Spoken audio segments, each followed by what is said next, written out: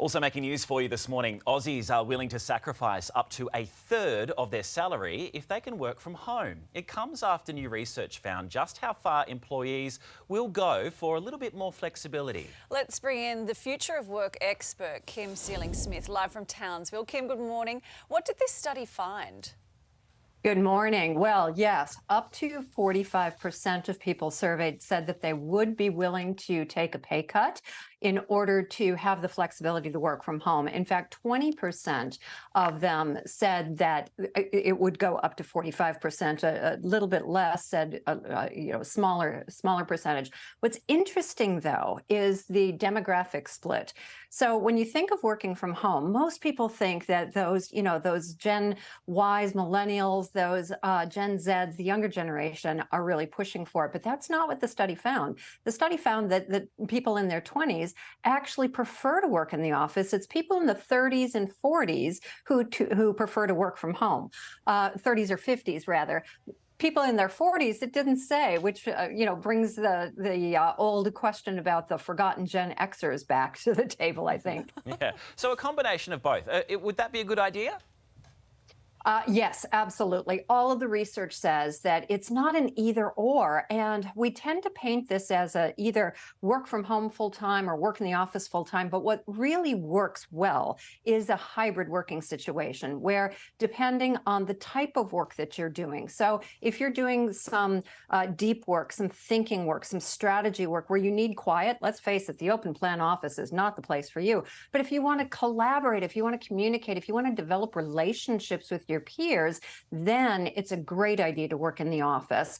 The other thing that is kind of a great hybrid situation is mentoring. So a lot of senior leaders are talking to me about the fact that we've lost the opportunity to bring people into the office to mentor alongside of those who have more experience. But I think that we just need to be more imaginative in terms of how to do it. Yes, sometimes it does benefit for them to be in the office, but we can solve that challenge using technology in other ways that we hadn't thought about before the pandemic. Yeah, maybe they meet up just, for a coffee or something like that. Who'd have thunk it, hey? Yeah. Hey, so this all comes as businesses aims to get employees back into the workforce, with 90% planning to entice them with pay rises and promotions.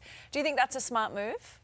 Well, in the short term, it might be. Your last guest just talked about the fact that we might be seeing some economic headwinds. And there's no doubt if we do see economic headwinds, the go-to position for a lot of senior leaders is to make people redundant. Now, I think that's a mistake.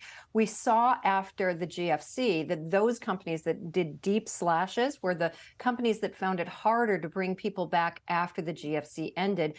And I think that if we do go into an economic slowdown, all of the economists that I'm reading say that it's going to be short and sharp.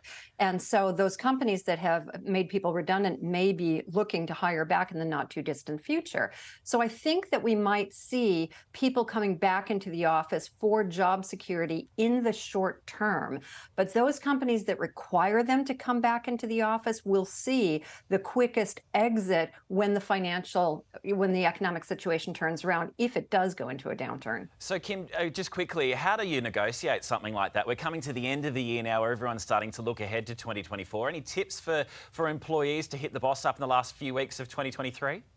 Yeah, absolutely. So you always want to prove your value. A lot of employees make the mistake of either asking for a pay rise or asking for something like the flexibility to work from home based on what's in it for them, why they want it, why they need it. And that's a huge mistake. What you want to do is you want to present a business case. Why does it benefit your employer? Why is it valuable to your employer to get a pay rise or to work from home? So you want to think about it in terms of the value that you bring.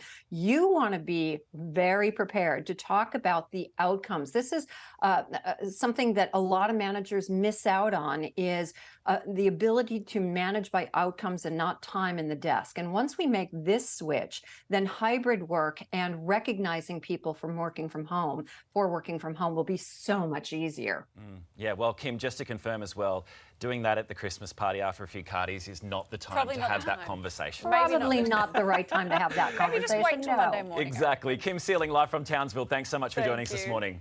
Thanks, guys. Still to come for you, toast on the coast.